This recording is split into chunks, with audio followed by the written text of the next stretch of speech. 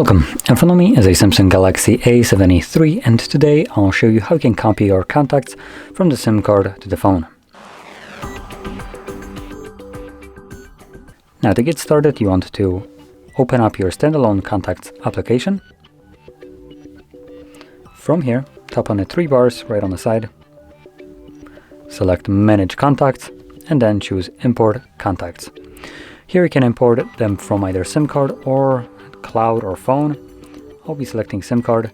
This will then show you all the contacts that are on that SIM card. You can select them manually by tapping on each contact, or you can quickly select all of them right here.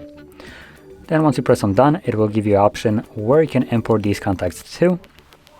So right here I have option to import them to my phone, which will be locally stored just on the phone itself. And obviously I have two additional options as Google accounts, so I could choose to import it to either one of those accounts, which if I would choose one of these contacts that I'm importing would appear on any other device that is logged into the same Google account. And additionally, there should also be a Samsung account as well. If you are logged into that, it will appear here as well. But I'm not, so it's not showing up here.